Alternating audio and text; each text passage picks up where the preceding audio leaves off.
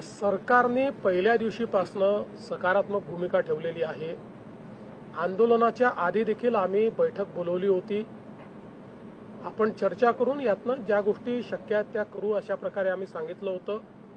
पहिल्यांदा बच्चू कडूंनी त्याला मान्यताही दिली होती। त्यानंतर त्यांनी अर्ध्या रात्री मला संदेश पाठवला की लोक जमा होतील, आम्ही असणार नाही, याच्यामुळे अडचण होऊ शकते, त्यामुळे आम्ही काही बैठकीला येऊ शकणार नाही। त्यामुळे मग आम्ही ती बैठक रद्द केली। आजही बावनकुळे साहेबांनी त्यांच्याशी संपर्क केलेला आहे।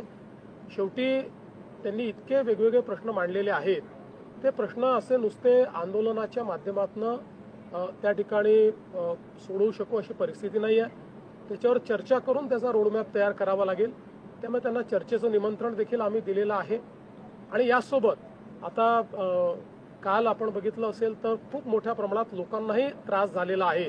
रस्ते अडवल्यामुळे पेशंट्सचं खूप मोठी ओरड आपल्याला पाहायला मिळाली। अनेक लोकांनी सोशल मीडिया पोस्ट केले आहे की कशा प्रकारे त्यांच्या पेशंट्सला वगैरे त्या ठिकाणी त्रास झालेला आहे। त्यामुळे माझं आव्हान आहे की त्यांनी चर्चा करावी, अशा प्रकारचं डिस्ट्रप्शन करू नये, लोकांना त्रास होईल अशा प्रकारच्या गोष्टी त्या ठिकाणी करू नये।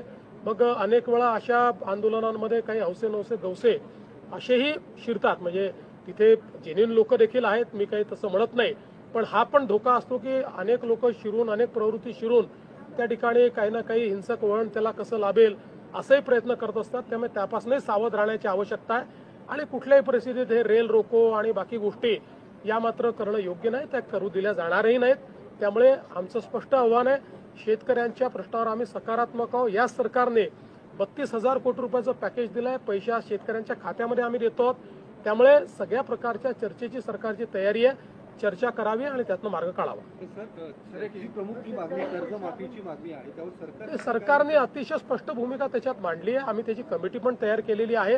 आणि आज पहिला प्रश्न असा आहे की जे शेतकरी आज अडचणीत आहेत, ज्यांचा शेतमाल पूर्ण पावसामुळे त्या ठिकाणी झोपलाय, तो खराब झालेला आहे, शेती खराब झाली आहे, पहिले त्यांना मदत करायची की पहिले बँकांना मदत करायची, हा महत्त्वाचा प्रश्न आहे। म्हणजे शेवटी आपण हे बघितलं तरी आपण जेव्हा कर्जमाफी करतो त्यास ते पैसे बँकांना जातात, त्याचा थेट शेतकऱ्याला काही लाभ मिळतो असं नाहीये।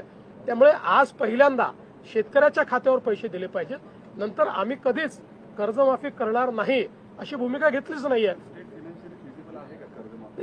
त्या संदर्भात म्हणूनच म्हटलं योग्य वेळी आम्ही त्या संदर्भातले जे काही निर्णय करू। आज पहिली आवश्यकता काय आहे, आज जी आवश्यकता आहे त्याच्यावर विचार न करता आपण बाकी गोष्टींवर विचार करणं।